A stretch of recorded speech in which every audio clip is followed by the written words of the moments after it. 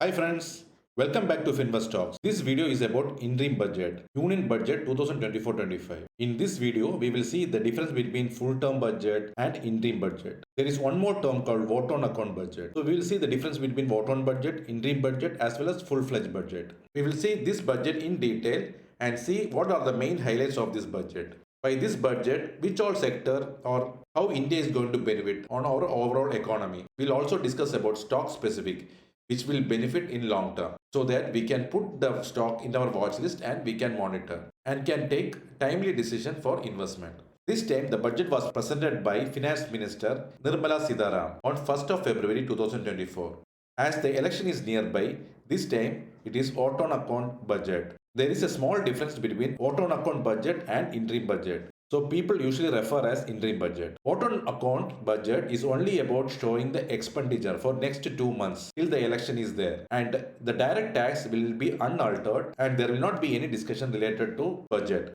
In turn, in interim budget, it will be showing the overall receipt and expenditure, change in some direct tax, and discussion is required for fulfilling the budget. So what is interim budget? Interim budget is a short-term budget. During the election year, the finance minister will present an interim budget that will cover the government's expenses and revenues for a short period. This is in view till the next new government is formed. In interim budget, which includes estimates for the government's expenditure, revenue, fiscal deficit, financial performance and projections for just few months. That is till the next election happens and the new government came into picture. So before getting into details of budget, wish you all happy investing in 2024. To enroll in our Finvest group, just send me hi in the given WhatsApp number so that we can add you in that group for free. The purpose of the group is to give awareness about stock market, latest news related to stocks, FII DII activity data, some brokerage call. This is only for stock related news and not for stock tips. Okay, coming back to budget highlights, the key highlights of this budget are one is capex and other one is fiscal deficit. Just to understand fiscal deficit is the overall revenue minus expenditure. For example, in family, normally we see what is the income and how much is the expense. If you take difference of income minus expense, you will get how much is the saving.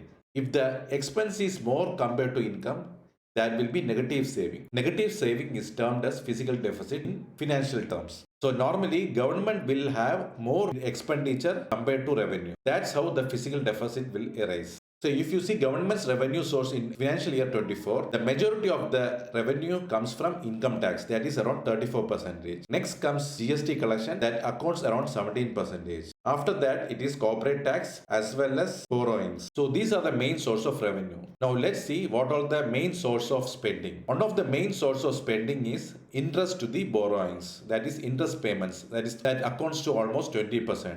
Next comes state share of taxes, that is SGST. Then comes the schemes what central government is offering across the sector, that accounts to around 17%. Rest of the expenditure accounts to all other bifurcation like defense, subsidies, commissions, pension, sponsored schemes, etc. So now let's see the fiscal deficit consolidation across the year. So from financial year 14 to 19, there was a drop in fiscal deficit. On financial year 20, it started rising, and in 21, the fiscal deficit went as high as 9.2%. That is because of the corona. After that, it starts stabilizing. In 22, it was around 6.8% of GDP. Then comes 6.4. So the current year, the projection was 5.9. But now the current estimate is 5.8 based on actual figures. So we could able to control less than what we budgeted. That is from 5.9 to 5.8. For next year, the deficit projection is around 5.1%, which is very good. And going forward for 26, the estimate for budget is around 4.5% of GDP. This is one of the main highlight of our current interim budget, because once we start reducing the deficit, this will impact the amount of money what we are borrowing. If the borrowings come down, the amount of interest to be paid also will come down. If the borrowing also come down, which will impact the number of bonds to be issued, that also will come down. As the demand of bond comes down, the bond yield also will come down, which will lead to low cost of borrowing. If the cost of borrowing is less, when the business people start applying for more loan because of low cost of borrowing, they can do more business. With that more business, they will generate more profits. So all the corporate will start showing good results. More business, good results, which will lead to more money into the system, which will lead to higher spending. This higher spending will help government to collect more tax. So this is actually a vicious cycle. So the key here is to reduce the fiscal deficit so that more money will flow into the system and can have good stable economy for long term. Hope we have a good understanding about fiscal deficit. The next highlight is on capex. If you see the capex trend over the year from 2021 to current year, it starts from 4.1 lakh crore in 2020-21 to 5.9, and last year it was around 7.3, and in 2023-24 it was around 10 lakh crores. So this year the projection is for 11.1 lakh crore. So that is 11.1% higher compared to last year. Even though the percentage hike in terms of capex spending is less, but the ratio of expenditure, which is good for the overall growth of economy. So this trend in capex will help in building more roads, more bridges, more infrastructure to the country. This will help for long term. If you see 22-23, the capital expenditure was 7.4 lakh crore, which in term budget estimate for 23-24 was around 10 lakh crore, and the revised estimate is around 9.5 lakh crore. So for financial year 24-25, the budget estimate is 11.1% or 11.1 lakh crore, which accounts to around 3.4% of overall GDP. So in this slide, we can see capex in terms of GDP. In 16-17, the overall capital expenditure is around 1.8% of GDP. In 17-18, it is 1.5, then comes 1.6, 1.7 and 2.1.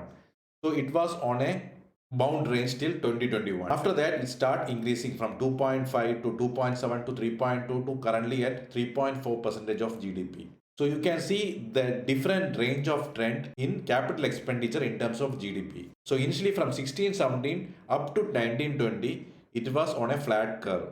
After that, suddenly it start increasing from 2021 to till date. So this is actually reflecting in stock market also. If you take daily chart for past 5-6 years, we can see the different trends of stock market. From 16 to 20, it was showing uptrend, but the angle of uptrend is less compared to the current uptrend from 21 to till date. There was a steep increase in stock market from 21 to 24. This can be easily identified from the angle of uptrend in these two lines. The first uptrend is slightly flatter compared to the second uptrend. The second one is slightly steeper.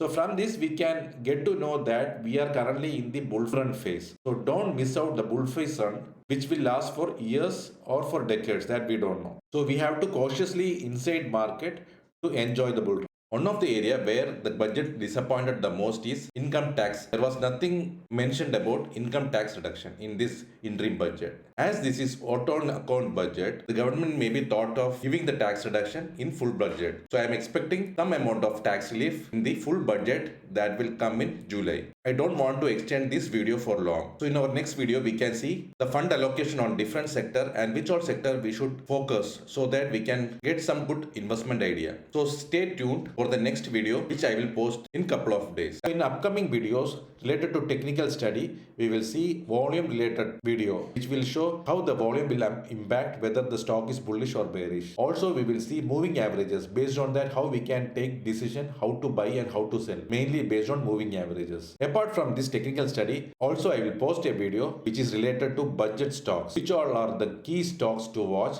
out of the list from each sector. Thanks for watching and have a good day.